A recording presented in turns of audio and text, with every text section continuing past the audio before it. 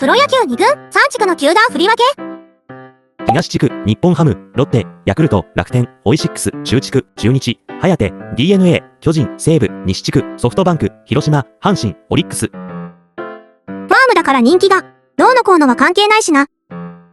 偶数にするために2軍球団加入させたのに結局奇数になってて草。ハムが北海道に移転したら、東地区だけめちゃくちゃ移動長いよね。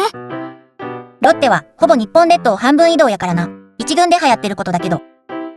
てか今まで通りでよかったのに、なんでわざわざ3つに分けたんや。強いチームだらけの西地区がどんどん強くなりそうやな。これがうまくいったら、1軍も同じ感じで、3地区制になるかなるといいな。強さとかどうでもいいだろう。勝敗より選手の育成や調整が主な存在価値なんだから。